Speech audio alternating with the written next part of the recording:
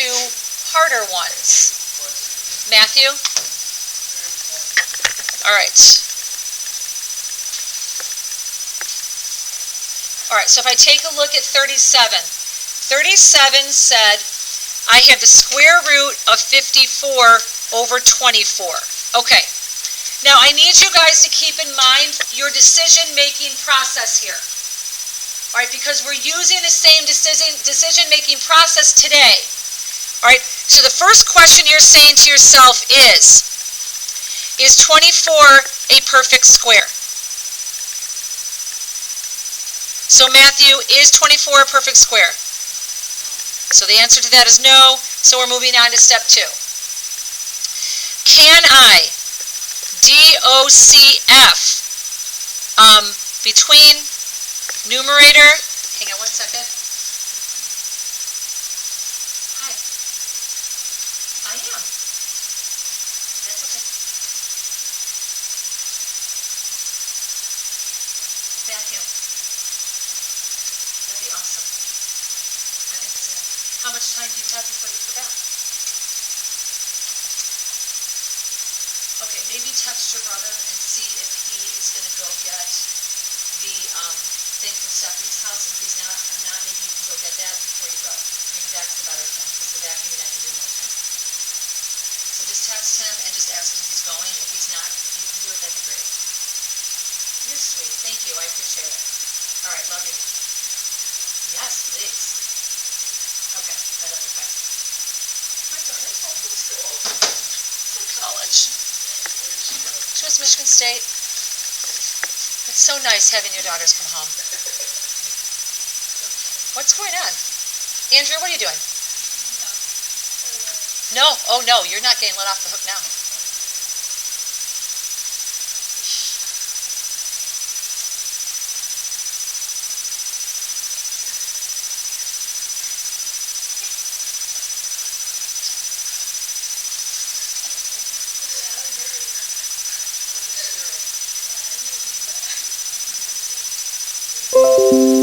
You guys can see me after class.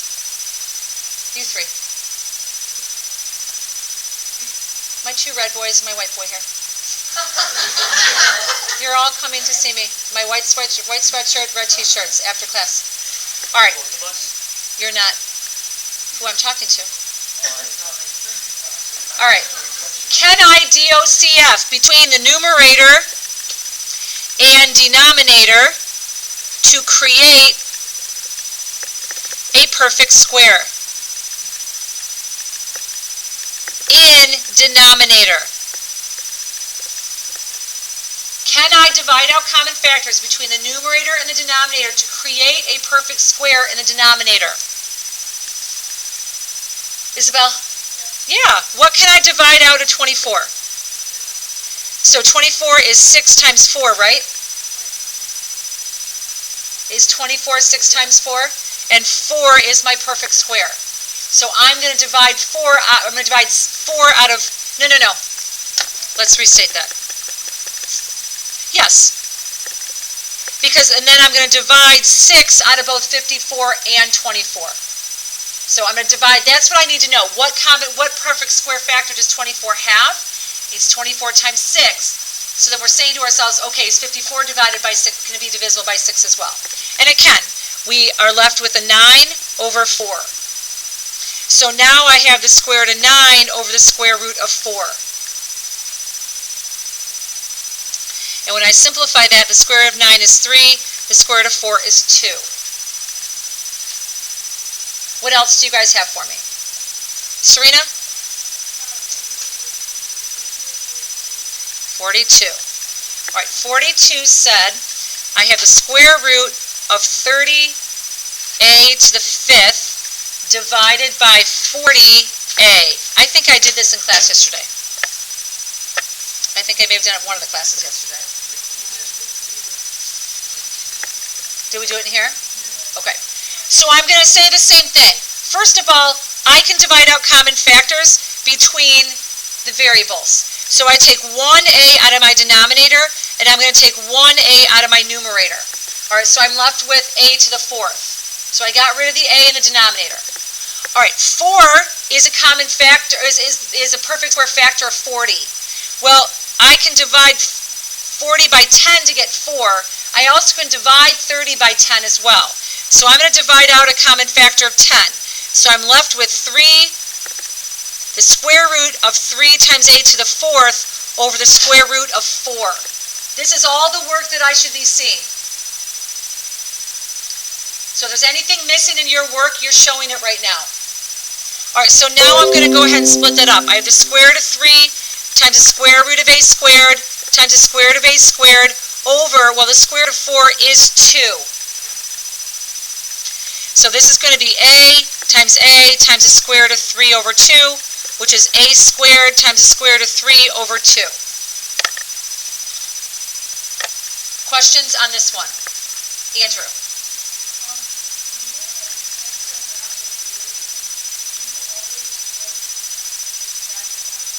You do, because that's our power rule. When we're dividing two numbers with the same base, you keep the base and you subtract the exponents. But from an understanding standpoint, a to the 5th over a looks like a times a times a times a times a. I'm multiplying a times itself 5 times. Are you good with that, Andrew? Okay. Over, well, I just have one a in the denominator. Well, if I divide out common factors, I divide an a out of the numerator and the denominator. A to the 4th is left. Does that make sense? Yep. All right, put this away, get your notes out. We have some harder ones to do today.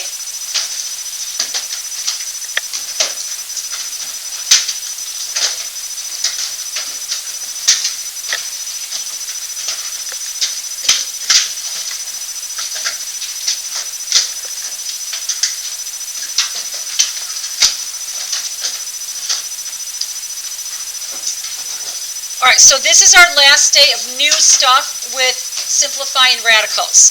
So we're still in 11.1, so 11.1 continued. And we're still going to simplify radicals.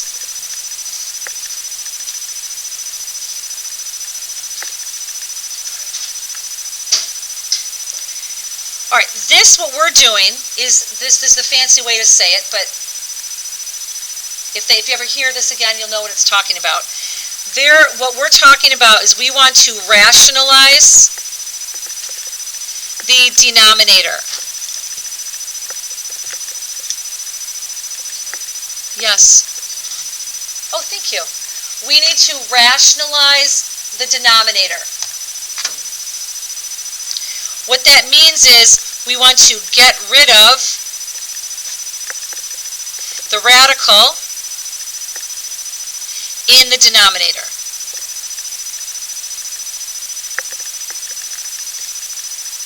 That's what rationalize the denominator means, is get rid of the radical in the denominator.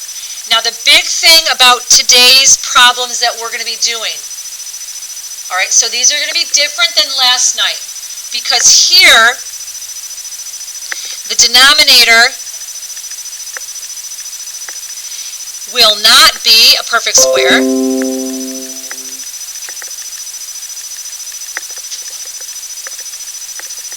And we cannot DOCF to create one. This is what we are focusing on today. You guys cool so far? Okay.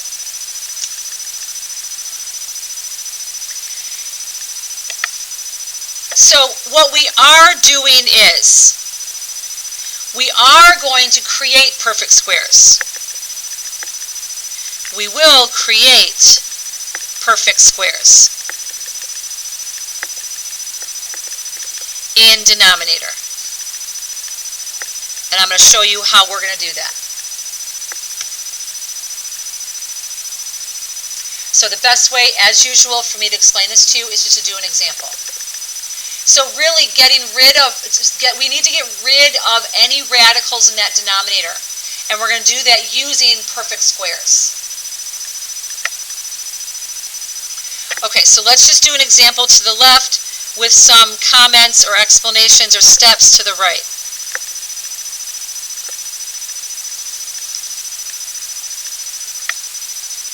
All right, so I have 2 divided by the square root of 5.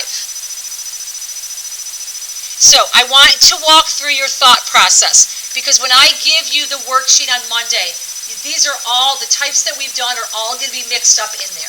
So you're going to need to think of this thought process. All right. Tonight's isn't, but I still want you getting used to the thought process. So the first question is denominator a perfect square?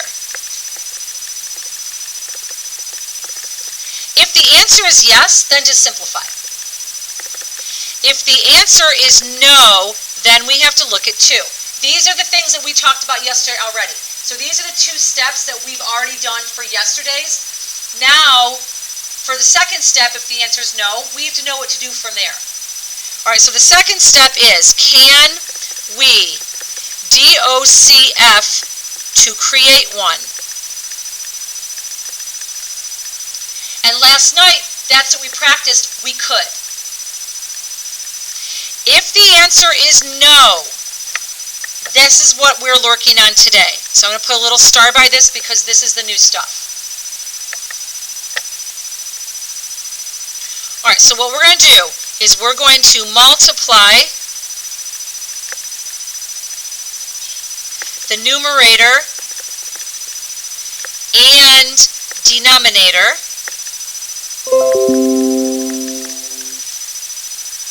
by the denominator radical to create a perfect square.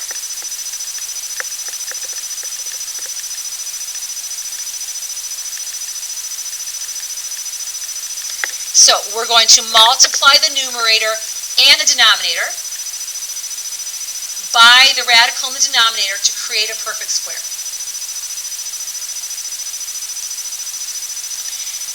Because think about equivalent fractions. If I have 1/2, if I multiply it by 2 over 2, don't I get 2/4? Right? I'm just creating an equivalent fraction. So we're using that same idea here. So what we're going to do, the radical I have in my denominator is the square root of 5. So what I'm going to do is I'm going to multiply that fraction by the square root of 5 over the square root of 5. So, multiply your denominators. What is the square root of 5 times the square root of 5? Peter? 25. Yep, it's the square root of 25. I've now created a perfect square in my denominator.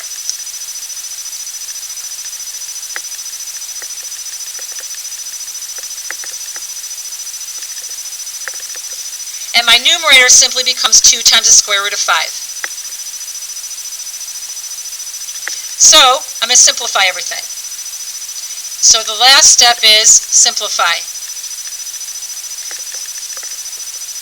Well, 2 times the square root of 5 in my numerator. 5 does not have a perfect square factor. It's not a perfect square, so I have to leave that as 2 times the square root of 5. Well, we've created a perfect square. The square root of 25 is simply 5.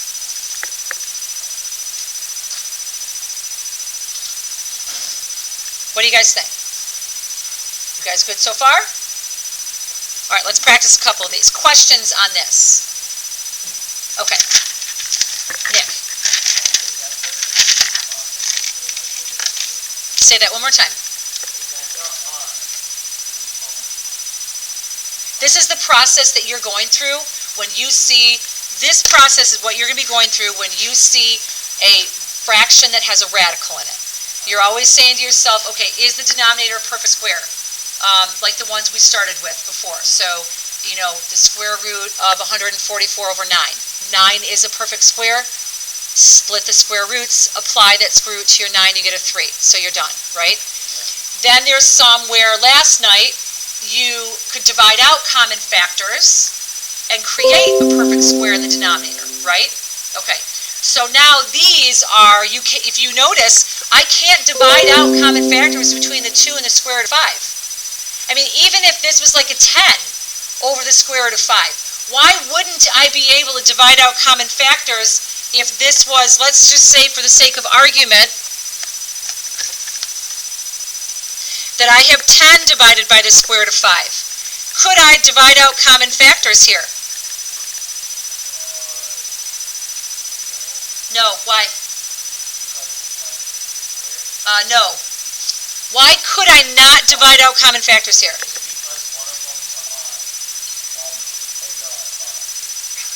Yes. One of them isn't a radical and one of them is not. So I cannot divide out common factors. Okay.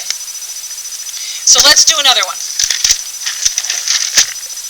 So let's do, I want you to simplify.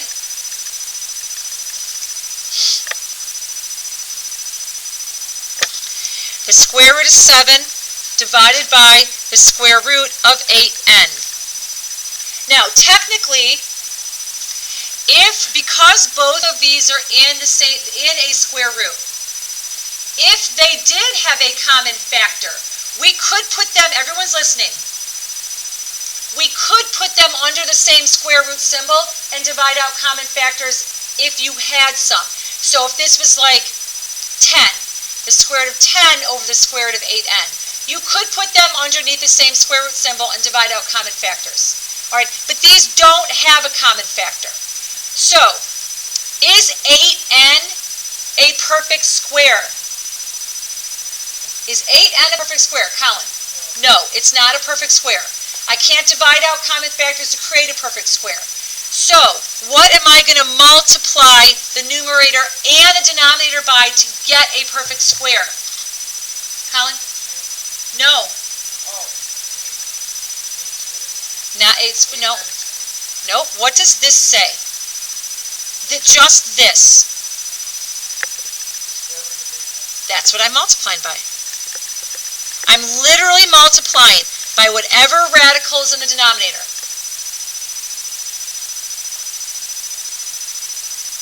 All right, so you're going to multiply, I already wrote this down, by the same radical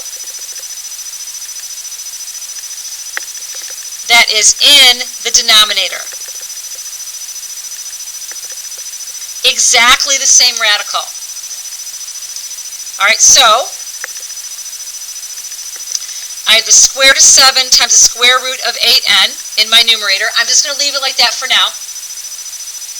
Well, if I multiply 8n times 8n, what do I get? Jacob? Not 16n. 64n squared. So I now have the square root of 64n squared, which are both perfect squares. All right, so in my denominator, I have the square root of 64 times the square root of n squared. So in my denominator, I end up with simply 8n. Now my numerator. I don't want to multiply those together right now because I could, but I know that 8 has a perfect square factor. What perfect square factor does 8 have? Charlotte? 4 times 2, so I'm going to go ahead and just break that apart right now. You could multiply them together. 7 times 8 is 56, and then do that. But I find this might be a little easier because then I don't have to worry about figuring out what perfect square factor 56 has. I can see this right away. So I have 2 times the square root of, well, 7 times 2 is 14n. And I'm done. Put the chair down. Yes.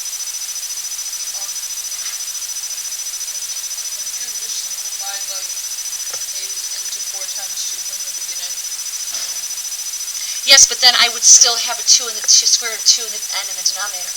Oh. So yeah, you could simplify this into the square root of 4 times the square root of 2 times the square root of n, but you still haven't gotten rid of the, and then you would have said, okay, I have 4 in my denominator, but then I'd have to multiply by the square root of 2n over the square root of 2n. Like you still have to do that same process. Yes. Oh. Okay, so I do have one thing I have to say that I forgot. So Isabel's question is, can I divide out common factors between my ends? What do you guys think? Can I divide out common factors between my ends? Who thinks yes? Who thinks no? Okay, why are you on the no? Victoria? Say that again. Nope. That's not why. Blythe? That's exactly right. One is inside the square root. However, there is something I can divide out common factors on. Who noticed that I just totally glanced over? Serena? Absolutely. That 2 can become a 1 and that 8 can become a 4. So our answer actually is 14n over 4n.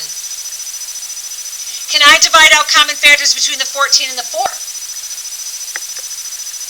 Charlotte? Why? Yes, the 14's in the radical. Yes.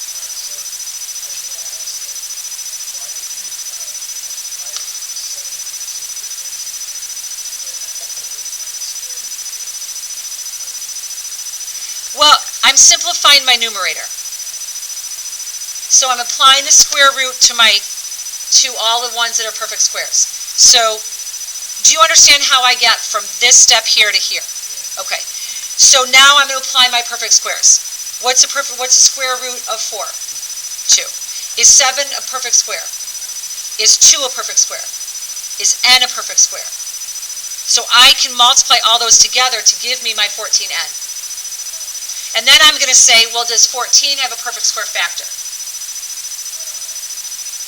No, so that's as simple as it can go. So whatever's not a perfect square, you've got to multiply back together. You can't leave them in separate square roots. Peter.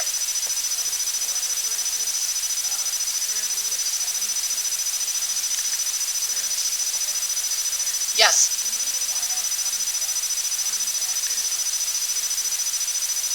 Yes, but aren't I then just going to go back to where I came from? The whole point, Peter, in doing that is I needed to create a perfect square here. That was my goal. My goal was to create a perfect square in my denominator. If I divide out common factors between these two, I'm just going back to my given. Does that make sense to you? So the whole purpose of us doing this was to create a perfect square in my denominator. Because then I can apply the perfect square and I no longer have a radical in my denominator. Does that make sense? All right, so let's do another one.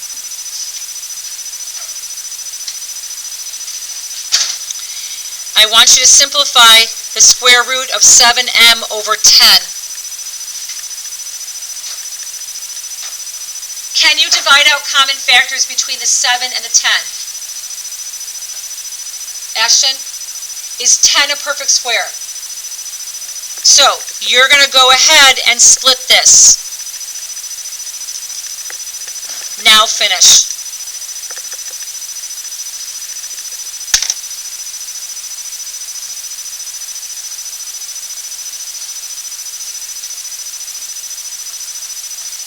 So there's a little bit of a decision-making process that goes with these. These aren't quite as straightforward.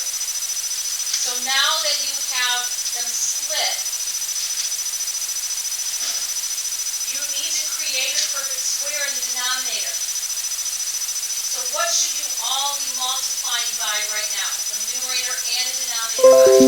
Serena? The square root of 10. You have to get your square roots. The square root symbols on this. Yep.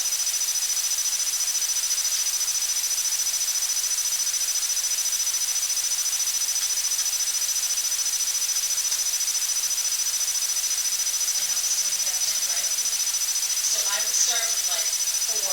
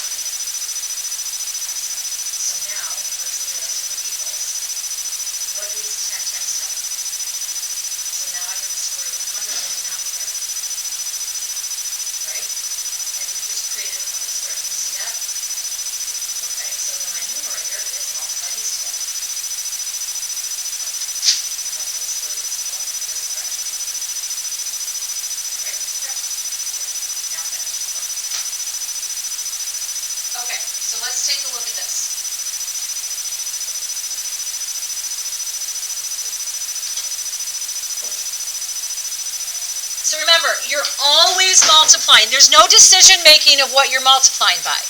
You're always multiplying by that radical in the denominator. So I'm going to multiply by the square root of 10 over the square root of 10. You have to, because that's how we're creating our perfect square.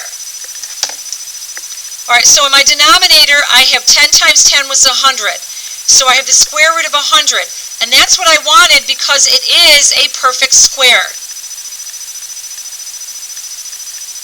Now I'm just going to multiply my numerators. 10 times 7 is 70 times m. So I have the square root of 70 times m. This is when you're like, oh gosh, now what? All right, well, I know that denominator is 10 because the square root of 100 is 10. The hard part is that 70.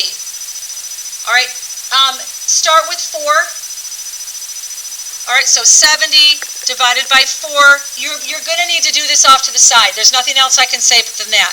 That's going to divide into it once. That's a 4, 30. Nope, it's not divisible by 4.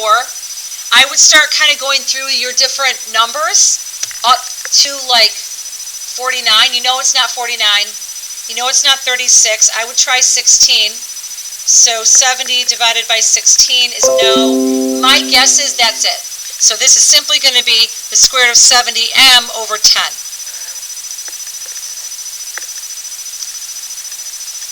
Questions before I give you 2 more to do on your own? Okay. So here's my first one. 3 over the square root of 3. And then my second one is the square root of 5 divided by the square root of 18t. So go ahead and do these, please.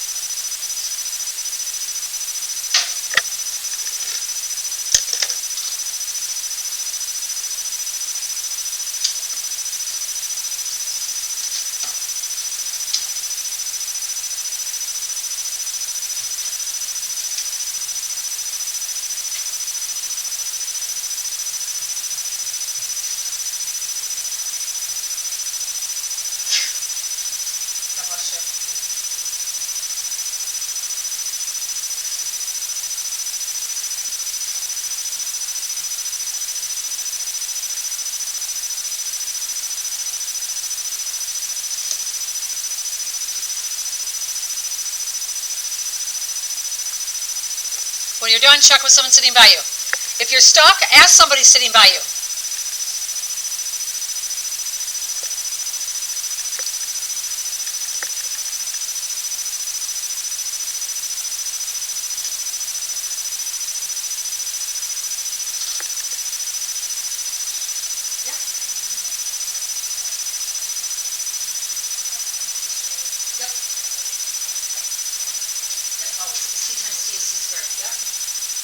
What do you notice that you get back every single time you do this? It's your number, you get back whatever was in the radical. How many of you guys notice that? So on number 2, you're going to be left with 18t with no radical symbol on it in your denominator. Alright, so that should be what you're seeing as a pattern.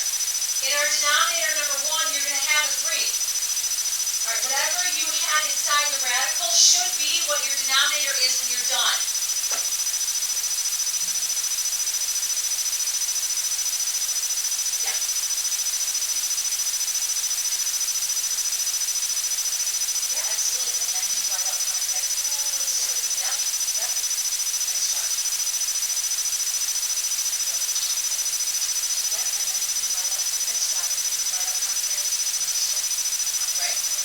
Say that?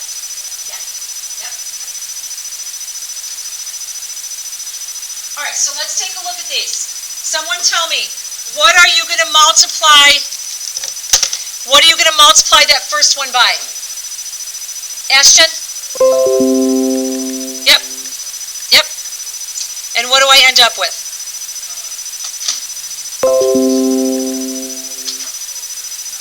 Square. Yep. And then what do I have from there?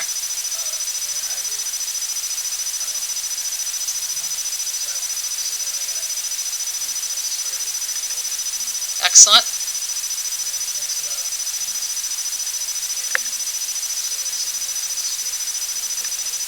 I'm just going to write the square root of 3. Excellent. Someone do the second one for me. Ava, do the second one for me. Do is not an operation. Excellent. Excellent. All right.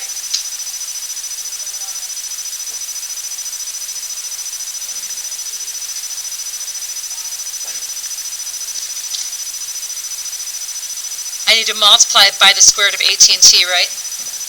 Okay. And then what's 18 times 18?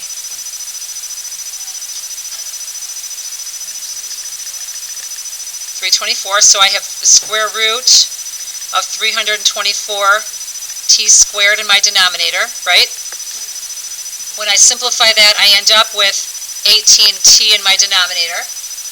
All right, well, if I do 18, how many of you simplified 18 into 3 times 2, or 9 times 2? How many of you multiplied 5 times 18? Okay, you've got to do one of those two things. You either, keep the chair down, you're either multiplying 5 times 18, or you're simplifying that 18. One of those two things has to happen. So let's multiply 18 times 5, and we end up with 90. So I have the square root of 90t. Well, 90 has a perfect square factor of 9. So the square root of 9 times the square root of 10 times the square root of t over 18t. So I have 3 times the square root of 10t over 18t, and I can divide out common factors. So I end up with square root of 10t over 6t.